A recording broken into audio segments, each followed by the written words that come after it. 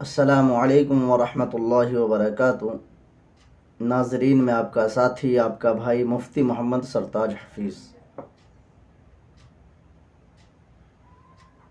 تو چلیے ناظرین، آج ہم آپ کو بتانے جا رہے ہیں ایسی نماز کے بارے میں کہ جس نماز کی ضرورت ہم سب کو پیش آتی رہتی ہے۔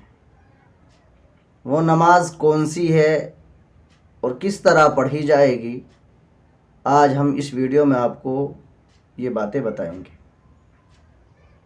ناظرین، انسان کو کوئی بھی مشکل پیش آئے، کوئی ضرورت پیش آئے، تو اسے چاہیے کہ وہ اپنے پروردگار کی طرف رجوع کرے، اور اس کا طریقہ یہ ہے کہ سب سے پہلے ہم وضو کریں اور 2 رکعات صلاۃ الحاجات پڑھے۔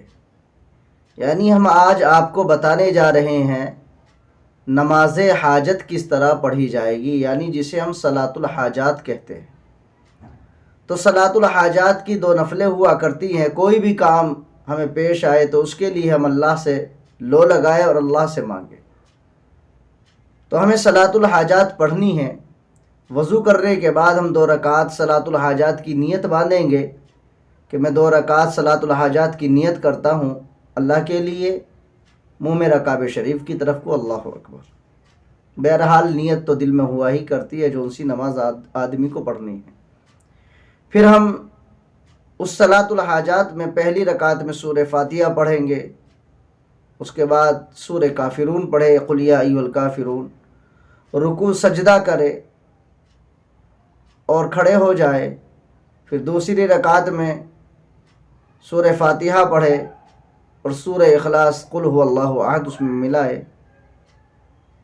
اور پھر رکوع سجدہ کر کے دل ہی دل میں، سجدے میں، زبان سے نہیں، دل میں اللہ سے لو لگائے سجدے کے اندر، اور زبان سے سبحان ربی الاعلیٰ کی تسبیح پڑھتے رہے۔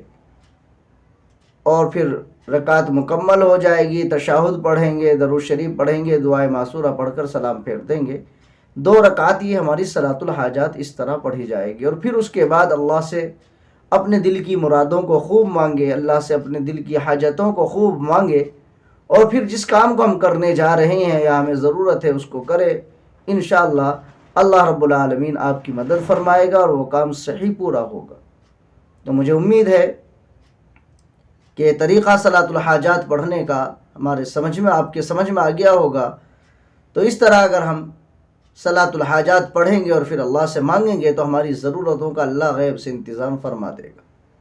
اس لیے جب بھی ہمیں کوئی ضرورت پیش آئے، 2 رکعات اللہ کی طرف رجوع کر کے صلاۃ الحاجات کی نفلیں پڑھے اور اللہ سے مانگے، یقیناً وہ اللہ ہماری ساری ضرورتوں کو پورا کر دے گا۔ امید ہے کہ اسی طرح سے آپ اللہ سے اپنی ضرورتوں کو مانگیں گے 2 رکعتیں پڑھ کے، اور صلاۃ الحاجات کا طریقہ آپ کے سمجھ میں آ گیا ہوگا۔ تو اللہ سے دعا فرمائے اللہ اس پر عمل کی توفیق عطا فرمائے۔ وآخر دعوانا الحمدللہ رب العالمین۔